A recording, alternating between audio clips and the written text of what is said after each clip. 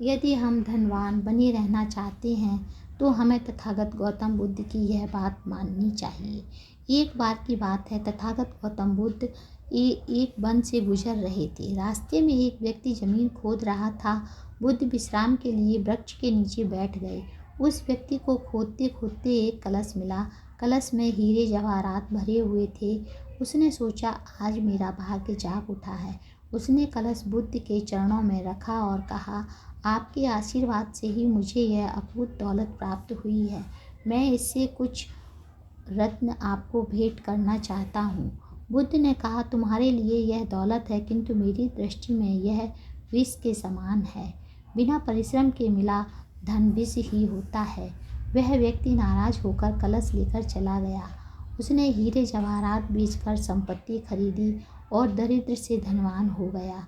किसी ईर्ष्यालु ने राजा से शिकायत कर दी कि जमीन में दवा धन राजकोष का होता है। अमुक व्यक्ति ने उसे निजी काम में लाकर नियम का उल्लंघन किया है। राजा ने उस व्यक्ति को पकड़वा कर बुलवाया और कलश जमा करने के लिए कहा तो उसने सच्ची बात बता दी, मैंने हीरे जवाहरात बेचकर संपत्ति खरीद ली है। राजा के आदेश से उसे परिवार सहित जेल में डाल दिया गया। उसकी संपत्ति जब्त कर ली गई। एक दिन राजा जेल के निरीक्षण के लिए गया। उस व्यक्ति से भी मिला। उसने कहा, राजन, मुझे जब वह कलश जमीन से मिला तो बुद्ध वहीं थे। उन्होंने मुझसे कहा था कि इसमें रत्न नहीं, विष भरा है। यह सुनकर मैंने उनका अपमान किया था। आज जेल में रहकर मुझे अनुभूति हो रही है कि उनकी बात बिल्कुल सच थी। बिना परिश्रम किए मिला विष ही होता है। मैं एक बार भगवान बुद्ध के दर्शन कर उनसे क्षमा मांगना चाहता हूँ। राजा ने तथागत गौतम बुद्ध को ससम्मान राज्य में आमंत्रित किया।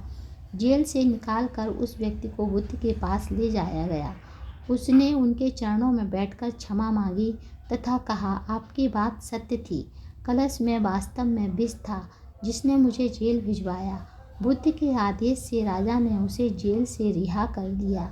उसने इसी दिन से परिश्रम से प्राप्त धन से जीवन यापन शुरू कर दिया। धन्यवाद।